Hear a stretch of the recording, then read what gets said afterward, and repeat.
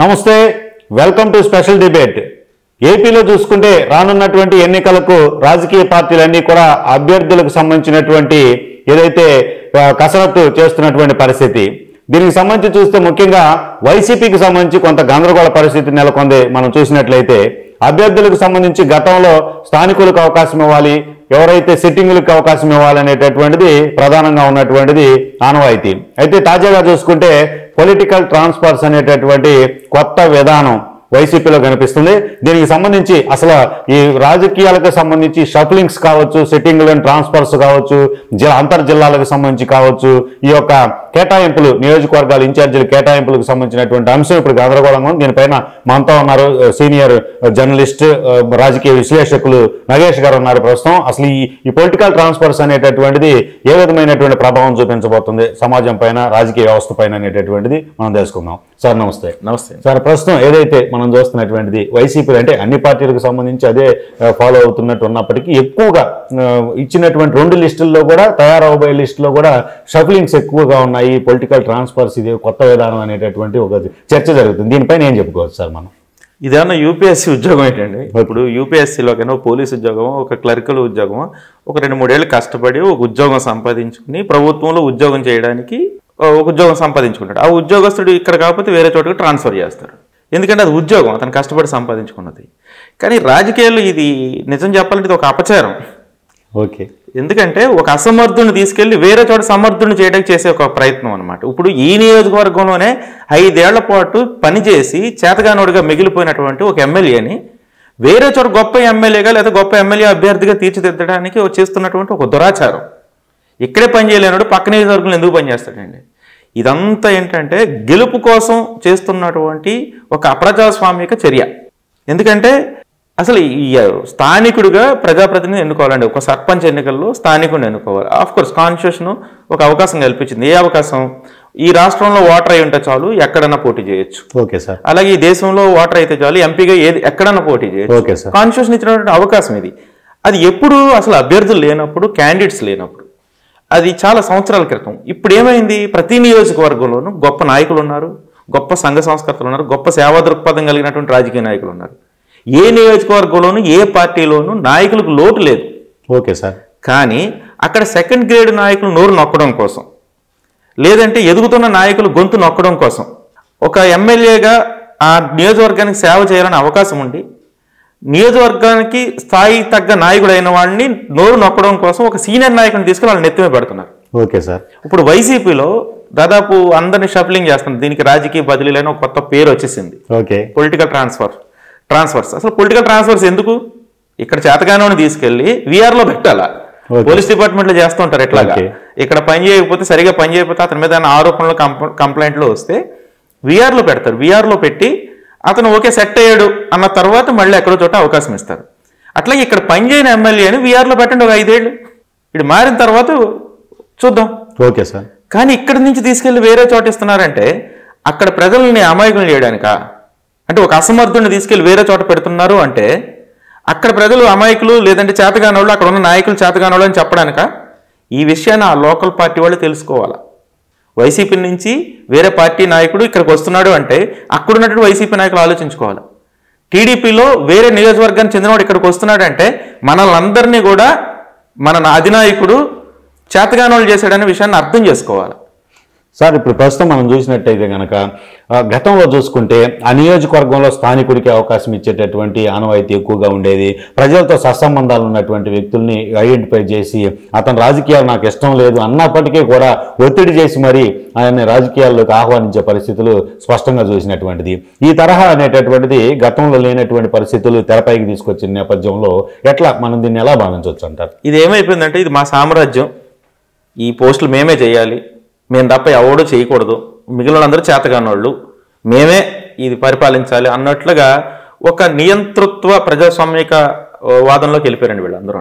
అంటే ఒకసారి ఎమ్మెల్యే అయితే ఇంకా జీవితకాలపు ఎమ్మెల్యేలా ఫీల్ అవుతున్నారు. ఓకే.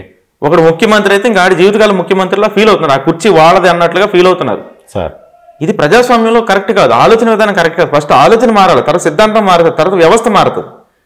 సో ఇప్పుడున్న పరిస్థితిలో 83లో ఎన్టీఆర్ వచ్చిన తర్వాత చాలామంది డాక్టర్స్, సంఘ సంస్కర్తలు, అట్టడుగు వర్గాల నుంచి చాలామంది ఎమ్మెల్యేలుగా వచ్చారు. స్థానికులు ఇచ్చారు. అంటే ఇప్పుడు ఎన్టీ రామారావు అప్పట్లో చేసిన ఒక మంచి పని ఏంటంటే, ఒక నియోజకవర్గంలో ఆయన యాత్ర చేసేటప్పుడు, రథయాత్ర చేసినప్పుడు ఆ నియోజకవర్గంలో మంచి పేరుండి సేవ చేయగలిగినటువంటి నాయకుడు ఎవరు? అతను పేదవాడైనా సరే తీసుకొచ్చి ఎమ్మెల్యేని చేశారు. అలాంటి ఎమ్మెల్యేలు చాలా మంది ఉన్నారు. తిరుమల సత్యలింగ నాయకుడు, బుచ్చి చౌదరి, వీళ్ళంతా చాలా మంది ఉన్నారు. వీళ్ళంతా అసలు మామూలు సాధారణమైన వ్యక్తులు ఎమ్మెల్యేలుగా మారారు. ఆ రోజు వాళ్ళు చాలా సర్వీస్ చేశారు. డాక్టర్లు కూడా చాలా మంది వచ్చారు. సో ఇప్పుడు ఇలాంటి దృక్పథం కావాలి. నియోజకవర్గంలో స్థానికుడిని ఎంచుకోవడం వల్ల లాభం ఏంటంటే, అతను ఒకవేళ చేతకాక పని చేయలేకపోతే ఇతను చేయలేదని విమర్శించడానికి ప్రజలు ఎదురుగా ఉంటారు. అవును సార్. వీడు పోయి పక్క నియోజకవర్గంలో పడుకుంటాడు. పక్క నియోజకవర్గంకి ఎమ్మెల్యేగా సీట్ ఇస్తే వాడు 5 ఏళ్ల తర్వాత ఫెయిల్ అయిపోతే అని తిట్టడానికి కూడా కనిపించడు కనీసం.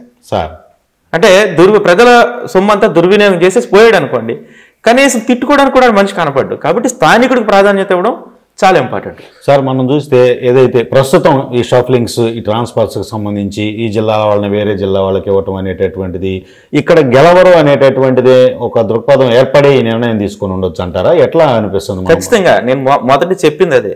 ఇక్కడ గెలవడు, ఇక్కడ ఓడిపోతాడని రిపోర్ట్ వచ్చింది. అది టీడీపీ కావచ్చు, వైసీపీ కావచ్చు. ఈ నాయకుడు ఇక్కడ గెలవడని నిర్ణయం తీసుకున్న తర్వాతే షఫ్లింగ్ చేశారు.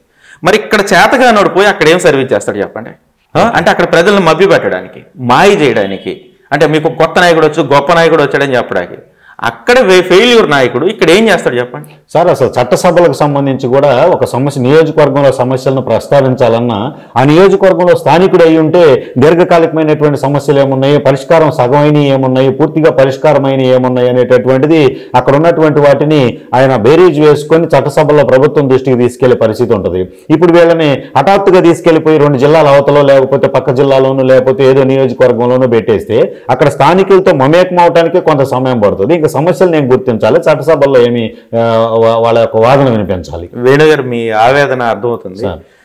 వేణు అనే మంచి జర్నలిస్టు ప్రజా సమస్యలని ప్రజాప్రతినిధులు అసెంబ్లీలో ప్రస్తావించాలని కోరుకుంటున్నాడు. కాబట్టి ఈ ప్రశ్న మీ దగ్గర నుంచి వచ్చింది. కానీ అంత మంచి గుణం మన ఎమ్మెల్యేలకి, మన ప్రజాప్రతినిధులకి లేదు. ఇలా ఇంత దౌర్భాగ్య పరిస్థితుల్లో ఉన్నారంటే ఈ ఎమ్మెల్యేలు అందరూ చాలా మంది, అంటే నేను 100% అనట్లేదు, 90% అంటున్నా, చవట దద్దమ్మలు, చేతగాని దద్దమ్మలు ఎమ్మెల్యేలు. ఎందుకు తిడతాను, చాలా ఆవేదన. నేను బాధతో కనీసం ప్రజా సమస్యలు ఏ రోజైనా అసెంబ్లీలో డిస్కస్ చేయడానికి వెళ్తున్నారు వీళ్ళు. ఆఖరికి వీళ్ళు ఎంత దౌర్భాగ్యమైన పరిస్థితుల్లో ఉన్నారంటే ఆంధ్రప్రదేశ్ చెందినటువంటి నాయకులు ఆఖరికి పార్లమెంట్లో కూడా వైసీపీని టీడీపీలు తిడతారు, టీడీపీని వైసీపీలు తిడతారు. పార్లమెంట్కి పోయి తిట్టుకోవాలి మనం ఆ పార్టీని. ఇప్పుడు వైసీపీని తిట్టుకోవడానికి టీడీపీలకు అసెంబ్లీ ఉంది, ఇక్కడ మీడియా ఉంది, ప్రజా వేదికలు ఉన్నాయి, బహిరంగ సభలు ఉన్నాయి, ఆ పార్టీ పెట్టుకున్న మీటింగులు ఉన్నాయి. ఇన్ని వేదికలు ఉండగా పోయి రాజధానిలో నడిబొడ్డున, దేశ నడిబొడ్డున ఢిల్లీలో పార్లమెంట్ భవన్లో మన టైంను వేస్ట్ చేస్తూ అక్కడ వైసీపీని తిడతారు టీడీపీ వాళ్ళు. వైసీపీ వాళ్ళు టీడీపీని తిడతారు. లోకల్ పార్టీ ఇష్యూని తీసుకెళ్ళి అక్కడేందుకు మన తెలుగు పరువు అక్కడ పోగొట్టడానిక? అంత చేతగాని వాళ్ళు మన నాయకులు. అసెంబ్లీలో కూడా అదే చేస్తున్నారు. అసెంబ్లీలో కూడా ఎంత సమరసింహారెడ్డి సినిమానా అసెంబ్లీ? ప్రజా సమస్యల్ని ఈ మధ్య కాలంలో మాట్లాడినటువంటి నాయకుడు ఏంటి చెప్పండి?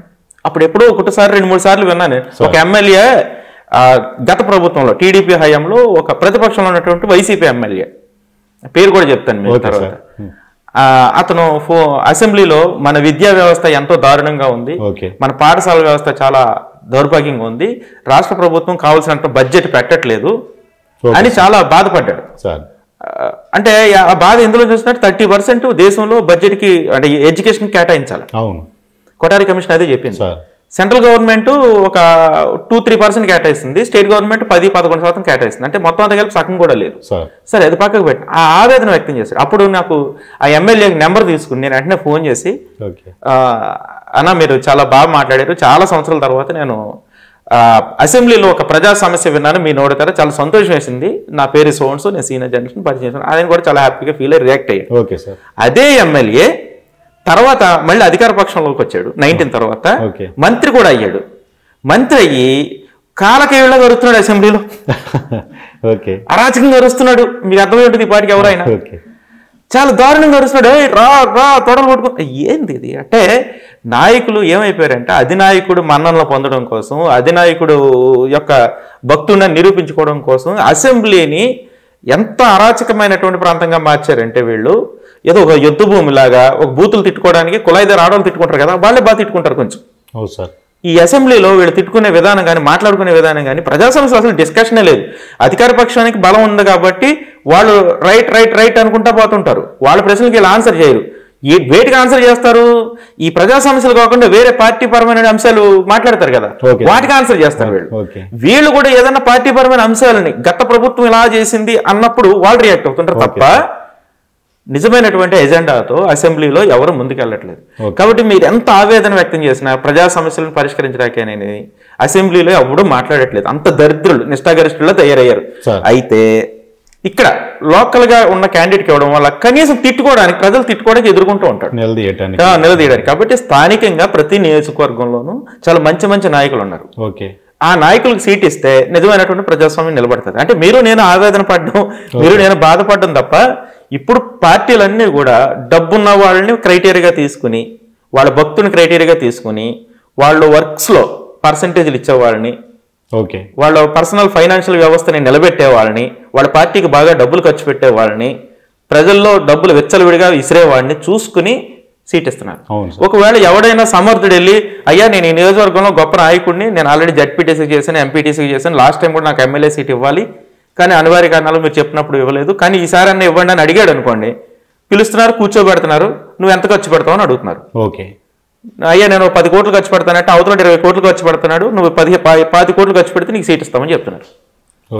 ఇప్పుడు కూడా ఎంత దారుణంగా ఉందంటే ఆ పార్టీల్లో టేబుల్ అమౌంట్ పెడితే కానీ సీట్ ఇవ్వట్లేదు సార్. ఎవడైతే ఎక్కువ డబ్బులు ఇస్తాడో వాడికి ఎమ్మెల్యే సీటు. వాడి సమర్థత, నీతి, నిజాయితీ, పార్టీకి చేసిన సేవలు, ప్రజలకు చేసే సేవ ఏమి లేవు. ఇవన్నీ వాళ్ళ దృష్టిలో త్యజించిన విషయాలు. అంటే ఈ పార్టీలు, ప్రధాన పార్టీలు ఎప్పుడో సిగ్గు వదిలేసాయి, ఎప్పుడో ప్రజాస్వామ్యాన్ని మంటగెలిపేసాయి. వీళ్ళు ఏంటంటే గెలుపు గుర్రాల పేరుతో డబ్బున్న వాడికి సీట్లు ఇచ్చి పక్క నియోజకవర్గంలో ఉన్న నాయకులను అసమర్థులుగా చిత్రీకరించే ఒక అవ్యవస్థలోకి తీసుకెళ్తున్నారు. ఈ విషయం ప్రజలు తెలుసుకోవాలి. ఎవడైతే నాన్ లోకలర్ వచ్చాడో వాడిని ఓడించి తీరాలి. ఓడించి తీరితే స్థానికులకి వాల్యూ పెరుగుతుంది. స్థానికులు వాల్యూ పెంచుకునే బాధ్యత ఆ నియోజకవర్గ ప్రజలదే, ఆ నియోజకవర్గ నాయకులదే. ఒక్కొక్కసారి చాలాసార్లు ఇది జరుగుతుంటది. గతంలో కూడా స్థానికేతరుని తీసుకొచ్చి ఇక్కడ నిలబెడితే స్థానికులు తిరుగుబాటు చేసి ఇండైరెక్ట్ గా వర్క్ చేసి ఆ స్థానికేతరుని ఓడించిన సందర్భాలు చాలా ఉన్నాయి ఆంధ్రప్రదేశ్లో. అలాంటివి ప్రతి నియోజకవర్గంలో జరగాలి. స్థానికేతరుని తీసుకొస్తే ఓడించి తీరాలి. అంటే స్థానికేతరుడు మీన్స్ ఇక్కడేంటంటే ఇప్పుడు కొన్ని నియోజకవర్గాలు ఉంటాయి. ఇప్పుడు ఎస్సీ కాన్స్టిట్యున్సీస్లో చాలా బయట తీసుకెళ్ళి అక్కడ వేస్తూ ఉంటారు. అవును సార్. అంటే ఇప్పుడు బీసీ, ఎస్సీ, ఎస్టీ అడ్జస్ట్మెంట్లో భాగంగా ఇవ్వడం వేరు, డబ్బు ప్రాతిపదికన ఇవ్వడం తెలిసిపోద్ది మనకి. ఇప్పుడు ఒక సమర్థుడైన నాయకుడు, ఒక బీసీ నాయకుడు ఉంటాడు, ఒక బీసీ నియోజకవర్గం అనుకుంటారు, ఎక్కడో పలానా నియోజకవర్గం బీసీ ప్రాధాన్యత ఉంది అక్కడ ఇవ్వాలనుకుంటారు. అక్కడ పలానా నాయకుడు విజయవాడలో ఉన్నాడు లేదా ఎక్కడో గుంటూరుకి ఇవ్వాలి. అలాంటప్పుడు షఫ్లింగ్ అవసరం. అతని వాయిస్ ఆ సామాజిక వర్గం తరపున కాబట్టి పక్కన ఉన్న అతన్ని తీసుకోవచ్చు. అలా కాకుండా అసలు డబ్బు ప్రాతిపదికగా అసమర్థుని తీసుకురావడం అనేది, ఒకసారి ఓడిపోయిన వాడిని, ఓడిపోతాడు అనుకున్న వాడిని, ఆడు ఎస్సీ అయినా, బీసీ అయినా, ఎస్టీ అయినా, ఓసీ అయినా మళ్ళీ ఎందుకు సీట్ ఇవ్వాలి? వేరే చోట ఎందుకు ఇవ్వాలి? ఇప్పుడు ఒక చోట, ఇప్పుడు ఇక్కడ ఫర్ ఎగ్జాంపుల్ ఒక నియోజకవర్గంలో ఒక బీసీ క్యాండిడేట్ సీట్ ఇవ్వాలని అన్ని పార్టీలు అనుకుంటున్నారు. ఇప్పుడు ఈ రాష్ట్రంలో బీసీలో ఎవరు స్ట్రాంగ్ ఉన్నారో అతను తీసుకొచ్చి ఇవ్వచ్చు. అంటే ఆ వాయిస్ గట్టిగా వినిపిస్తాడు. ఒక ఎస్టీ కాన్స్టిట్యున్సీ ఉంది, ఆ ఎస్టీ కాన్స్టిట్యున్సీలో ఒక ఎక్కడో వేరే నియోజకవర్గం నుంచి ఎస్టీని తీసుకురావచ్చు. ఇప్పుడు ఒక గొప్ప నాయకుడు ఉంటాడు, సమర్థుడైన ఓసీ నాయకుడే ఉంటాడు, ప్రజా సమస్యలపైన అవగాహన ఉన్న వ్యక్తి, ఓసీ నాయకుడు ఉంటాడు, ఆ నాయకుడిని తీసుకెళ్లి ఇవ్వచ్చు, ఎక్కడైనా ఇవ్వచ్చు. కానీ అది కొత్త వాళ్ళకి, గొప్ప వాళ్ళకి మాత్రం ఇవ్వాలి. ఒక చోట నియోజకవర్గంలో ఆల్రెడీ ఆ ఎమ్మెల్యేగా పనిచేసిన వాడు ఫెయిల్ అయిన వాడిని ఎందుకు ఇవ్వాలి? ఈ ఒక్క అడ్జస్ట్మెంట్ పెట్టుకుని వెళ్ళొచ్చు పక్క నియోజకవర్గాలకి స్థానికేతరుడు అనేది. కానీ ఒక అసమర్థుని తీసుకొచ్చి మరి మన నెత్తి మీద వేయడం అనేది అది ప్రభుత్వంలోకి చేతగానని పంపడమే. ప్రభుత్వంలోకి చేతగానని పంపుతున్నాం అంటే ఖచ్చితంగా ప్రజాస్వామ్యం పక్కన పడిపోయినట్టే. ఇప్పుడు ఈ నియోజకవర్గంలో 10 కోట్లు ఖర్చు పెట్టి వచ్చినవాడు లేకపోతే 50 కోట్లు ఖర్చు పెట్టి వచ్చినవాడు పక్క నుంచి ఈ నియోజకవర్గం బాగు కోసం ఏం చేస్తాడు? అవును సార్. కాబట్టి ఇవన్నీ మనం త్యజించాలి. కొన్ని నియోజకవర్గాల్లో ఇద్దరిద్దరు ఎమ్మెల్యేలు ఉంటారు, ఒకే కుటుంబానికి ఇద్దరికి ఇవ్వాలా సీటు? అవసరమా? వారసత్వ రాజకీయం అవసరమా? అదేదో ఆ చైర్ వాళ్ళదన్నట్టు ఫీల్ అవుతుంటారు. కాబట్టి ప్రజాస్వామ్యంలో కొన్ని విలువలు ప్రజలు తెలుసుకోవాలా, దీని మీద అవగాహన కల్పించాలి. అందుకే నేను ఇవన్నీ మాట్లాడేది. అంతే తప్ప ఇప్పుడు మనకు అవసరం లేదు, నాయకులు తిట్టాల్సిన అవసరం లేదు. జగన్మోహన్ రెడ్డి, చంద్రబాబు నాయుడు వీళ్ళందరూ, పవన్ కళ్యాణ్ నాకేం శత్రుత్వం లేదు, మిత్రత్వం లేదు. నేను ఏ పార్టీకి సంబంధించిన కాదు. ఒక జర్నలిస్ట్గా సమాజంలో ఉన్నటువంటి ప్రజలను అవగాహన పరచాలి, ప్రజలందరికీ తెలియాలి, నాయకులు కూడా తెలుసుకోవాలి మనం చేస్తుంది తప్పు అని. సిగ్గు లేకుండా డబ్బులు ఉన్నాయి కాబట్టి పందికొక్కుల పక్క నియోజకవర్గానికి పోయి అక్కడ తినేసేసి, ఇక్కడ తినేసిన సరిపోక ఇక్కడ ఓడిపోయి మళ్ళీ అక్కడ పోయి అక్కడ తినేసి, ఇదేంటిది? ప్రజలను అవగాహన పరచడానికే నేను ఎవరినన్నా ఒక మాట జారినా తిట్టినా ప్రజా అవగాహన కోసం మాత్రమే నేను మాట్లాడతాను. కాబట్టి ఇవన్నీ తెలుసుకోవాలి ప్రజలు. ఓకే సార్, తెలుసుకుంటే కొన్నాళ్ళకన్నా అవగాహన వస్తుంది. సార్ మనం చూసినట్టయితే గతంలో ఏదైతే ప్లేనరీకి సంబంధించి అంటే వైసీపీకి సంబంధించి ఎక్కువ షఫ్లింగ్స్ అయినాయి, ఎక్కువగా పొలిటికల్ ట్రాన్స్ఫర్స్ అయినాయి అనేటటువంటిది ప్రస్తుతం చర్చ జరుగుతుంది. కాబట్టి ప్రధానంగా మనం వైసీపీకి సంబంధించి ఆలోచిస్తే కనుక రేపు టీడీపీకి సీట్లు ఇచ్చినప్పుడు కూడా ఇదే పరిస్థితి వస్తే దానికి సంబంధించి కూడా డిస్కషన్ చేయాల్సిన అవసరం ఉంది. అయితే గతంలో Jaganmohan Reddy life time party అధ్యక్షుడు జగన్మోహన్ రెడ్డి అనేటటువంటి ఒక తీర్మానం కూడా చేయించి ఎన్నికల కమిషన్కు పంపించిన పరిస్థితి అయితే కనిపించింది. దాన్ని ఎన్నికల కమిషన్ తర్వాత తిరస్కరించడం కూడా జరిగింది. అది మేమేదో చేశాము తొందరపాటులో అని చెప్పి దాన్ని సమర్థించుకున్నటువంటి పరిస్థితి. అంటే ఒక అభద్రతా భావం కనిపిస్తున్నటువంటి పరిస్థితి ఏమన్నా ఉందా జగన్మోహన్ రెడ్డి తీసుకున్నటువంటి నిర్ణయాల్లో? లైఫ్ టైం నేనే అధ్యక్షుడు అనేది కానివ్వండి, లేదంటే సిఎల్పిలో రేపు సిట్టింగ్ ఎమ్మెల్యేలకు అక్కడే 2-3 సార్లు ఇస్తే కనుక అవకాశం, వాళ్ళు ఒక సీనియర్లుగా ఉండి పార్టీలో కీ రోల్ పోషించి ఏదైనా వాళ్ళ సీటుకి అడ్డొస్తారనేటటువంటి ఒక అభిప్రాయం ఏమైనా ఉందా? గతంలో ఎన్టీఆర్ చరిత్ర కావచ్చు, నాదెండ్ల భాస్కర్రావుకి సంబంధించి కావచ్చు, ఇందిరాగాంధీకి సంబంధించి కావచ్చు, ఈ యొక్క పరిణామాలను ఒకసారి చూస్తే మీ ఎక్స్పీరియన్స్లో. సార్, ఇది ప్రజాస్వామ్యం. ప్రజాస్వామ్యంలో ఎవరికి తెలియని మ్యాజిక్ ఒకటి ఉంటుంది. ఆ మ్యాజిక్ ఏంటంటే ఏ ఒక్కడు నియంతృత్వ ధోరణిలో పోతున్నాడంటే వాడికి ఎక్కడో చోట చెక్ పడుతుంది తెలియకుండా. ఓకే సార్, ఇప్పుడు జగన్మోహన్ రెడ్డి పార్టీ పెట్టింది ఎవరి కోసం అండి? ఎవరి కోసం చెప్పండి? ప్రజల కోసం అయితే కాదు కదా. ప్రజల కోసం పెట్టాలంటే పార్టీ, అతను ఏ పార్టీలో పనిచేసినా ప్రజలకు సేవ చేయొచ్చు.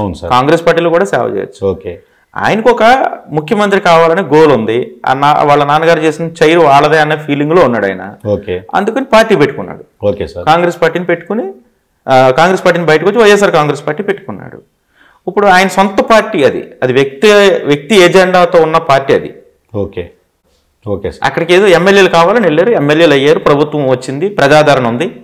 అంటే టీడీపీ మీద వ్యతిరేకత కావచ్చు, రాజశేఖర రెడ్డి మీద ప్రేమ కావచ్చు, జగన్మోహన్ రెడ్డి పాదయాత్ర కావచ్చు, ఇలాంటి చాలా అంశాలు 2019లో జగన్మోహన్ రెడ్డి ఎదురులేని ముఖ్యమంత్రిగా నిలబెట్టాయి. అయితే అది ఆయన ఇప్పుడు నేను ఒక్కడనే బతికున్నంతకాలం నేనే అధ్యక్షుడు అనడానికి ప్రజాస్వామ్యంలో కుదరదు సార్. ఇదేమన్నా చైనా కమ్యూనిస్ట్ పార్టీ, నియంతృత్వ పార్టీ. ఓకే, చైనాలో కుదిరింది. జింగ్పింగ్ తన జీవితకాలం అధ్యక్షుడిగా ఉండడానికి అక్కడ చట్ట సవరణ చేసుకోగలిగాడు. ఈ కమ్యూనిస్ట్ పార్టీల్లోనూ నియంతృత్వ పార్టీల్లోనూ ఓకే కుదురుతుంది, కానీ ప్రజాస్వామ్యంలో కుదరదు అట్లాగా. ప్రజాస్వామ్యంలో నేనే ఈ పార్టీకి జీవితకాలపు అధ్యక్షుడు అంటే ఎన్టీఆర్ కుదిరిందా చెప్పండి? ఎన్టీఆర్ కన్నా ఈ రాష్ట్రంలో ఆంధ్రప్రదేశ్లో బలమైన నాయకుడు ఎవరైనా ఉన్నారా? ఓకే సార్, అసలు 83లో కాంగ్రెస్ పార్టీని ఎదిరించి అసలు ఎన్టీఆర్ ప్రజల్లోకి వచ్చేసరికి అప్పటి వరకు ఎమ్మెల్యేకి ఎబ్రివేషన్ తెలియని ప్రజలందరూ కూడా రోడ్ల మీదకి వచ్చారు. ఎమ్మెల్యేని కంటి చూపుతో చూడని వాళ్ళందరూ కూడా రోడ్డు మీదకి వచ్చారు. ఓటు అంటే కేవలం వెళ్ళి వేసేది మాత్రమే, దానికి ఒక నాయకుడు ఉంటాడు, ఎమ్మెల్యే ఒక నియోజకవర్గానికి ఉంటాడని తెలియనోడు కూడా రోడ్ల మీదకి వచ్చారు. అంత చరిష్మ గల నాయకుడినే జస్ట్ పక్కకు వచ్చాడు నాదెండ్ల భాస్కర్ వచ్చి జస్ట్ అలా 1 month అలా పక్కకు గెంటాడు. ఓకే సార్, అలా పక్కకు గెంటిన తర్వాత ఏమైంది? మళ్ళీ వచ్చాము నేనున్నాను అన్నాడు ఎన్టీఆర్. వచ్చి మళ్ళీ పార్టీని ఆక్యుపై చేసుకున్నాడు. మళ్ళీ చంద్రబాబు నాయుడు ఏం చేశాడు? మళ్ళీ పక్కకు గెంటాడు. సో డెమోక్రసీలో ఏ ఒక్క వ్యక్తి ఈ పార్టీకి శాశ్వత అధ్యక్షుడిగా ఉండడానికి కానీ, ఒక రాష్ట్రాన్ని శాశ్వతంగా వెళ్ళడానికి కానీ సాధ్యం కాదండి. జగన్మోహన్ రెడ్డి చెయ్యొచ్చు. జగన్మోహన్ రెడ్డి ఉన్నంతకాలం ఆ పార్టీకి ఆయనే అధ్యక్షుడు, ఎందుకంటే ఆయన పేరు మీద తప్ప ఇంకెవరిని యాక్సెప్ట్ చేయరు. ఒకవేళ ఏదన్నా అనివార్య కారణాల వల్ల పార్టీ కానీ ఓడిపోతే సెకండ్ ప్లేస్ లేరు అక్కడ. జగన్మోహన్ రెడ్డి పార్టీలో సెకండ్ థర్డ్ లేరు. సెకండ్ థర్డ్ అంటే సజ్జల రామకృష్ణారెడ్డి గారు వీళ్ళందరూ సెకండ్ థర్డ్ అనుకోవచ్చు, కానీ వాళ్ళకి ప్రజల యాక్సెప్టెన్సీ ఉండదు. జగన్మోహన్ రెడ్డి గారి యాక్సెప్టెన్సీ ఉంటుంది తప్ప సజ్జల రామకృష్ణారెడ్డి గారికి, ఇలాంటి నాయకులకి అంటే సజ్జల రామకృష్ణారెడ్డి గారు, సాయిరెడ్డి గారు, విజయసాయి రెడ్డి గారు, ఇంకా కొంతమంది పెద్దారెడ్డి గారు వీళ్ళందరూ ఉన్నారు. వీళ్ళందరికీ జగన్మోహన్ రెడ్డి సెకండ్ లీడర్గా జగన్మోహన్ రెడ్డి యాక్సెప్ట్ చేయొచ్చు, కానీ సెకండ్ లీడర్గా మిగిలిన ఎవరు యాక్సెప్ట్ చేయరు వాళ్ళని. ఓకే సార్, ఒక ముఖ్యమంత్రి కావాలంటే ప్రజల మద్దతు ఎక్కువ, మెజారిటీ ప్రజల మద్దతు కావాలా, మెజారిటీ ఎమ్మెల్యేల మద్దతు కావాలా. అంతేగాని మా నాన్న ముఖ్యమంత్రి చేశాడు కాబట్టి నేను ముఖ్యమంత్రి అవ్వాలనేది కుదరదు. జగన్మోహన్ రెడ్డి లాంటి వాడికే కుదరలే. అంత డబ్బు ఉండి అంత బలం ఉన్నా సరే, ఆర్థిక బలం ఉన్నా సరే, ప్రజాబలం కోసం 9 ఏళ్ళు వెయిట్ చేయాల్సి వచ్చింది. అవును సార్. ప్రజల్లో తిరగాల్సి వచ్చింది. రేపు పొద్దున చంద్రబాబు నాయుడు గారి తర్వాత నేను లోకేష్ని, నేను మా నాన్న కూర్చి అంటే కుదరదు, లోకేష్ గారికి కూడా కుదరదు. Okay sir. ఎందుకంటే ఆయన కూడా ప్రజల అభిమానాన్ని చూరగొనాలి. ఓకే, కుదరదు. లేదంటే డెమోక్రసీలో వారసత్వ రాజకీయాలు ఉంటాయి, కానీ దాన్ని నిలబెట్టుకోవాలంటే వారసుడు కూడా బలంగా ఉండాలి. అంతే. వారసుడు బలంగా లేకపోతే ప్రజలు పట్టం కట్టాడు. ఏం రాహుల్ గాంధీకి పట్టం కట్టారా ప్రజలు? లేదు కదా. లేదు కదండి. కాంగ్రెస్ ఓడించారు కదా. అవును. కాబట్టి ప్రజా అభిమానం పొందాలి ఖచ్చితంగా, వారసత్వ రాజకీయమైనా సరే. ఇప్పుడు జగన్మోహన్ రెడ్డి తర్వాత వైసీపీ ఖచ్చితంగా ఉండదు. ఓకే. అది ఎన్ని సంవత్సరాలు అనేది నేను చెప్పలేను. అది ఎన్ని సంవత్సరాలు ఉంటుంది అనేది చెప్పను. ఆఫ్టర్ జగన్మోహన్ రెడ్డి వైసీపీ ఆంధ్రప్రదేశ్లో ఉండదు. ఓకే. అంటే పార్టీ ఉండదు. అవును. అంతరించిపోద్ది. అది ఆటోమేటిక్గా అంతరించిపోద్ది. అంటే ఇప్పుడు బలంగా ఉంది, రాష్ట్రంలో చాలా బలంగా ఉంది. టీడీపీ లాంటి కాంగ్రెస్ పార్టీ మొత్తం ఊడ్చేసిన పార్టీ వైసీపీ. తెలుగుదేశం పార్టీని ఘోరంగా దెబ్బకొట్టిన పార్టీ. అంత బలమైన పార్టీ అయినప్పటికీ ఫ్యూచర్లో ఆఫ్టర్ జగన్మోహన్ రెడ్డి లీడర్షిప్ కానీ వదిలేస్తే ఓకే ఖచ్చితంగా ఆ పార్టీ కలిసిపోద్ది ఏదో పార్టీలో.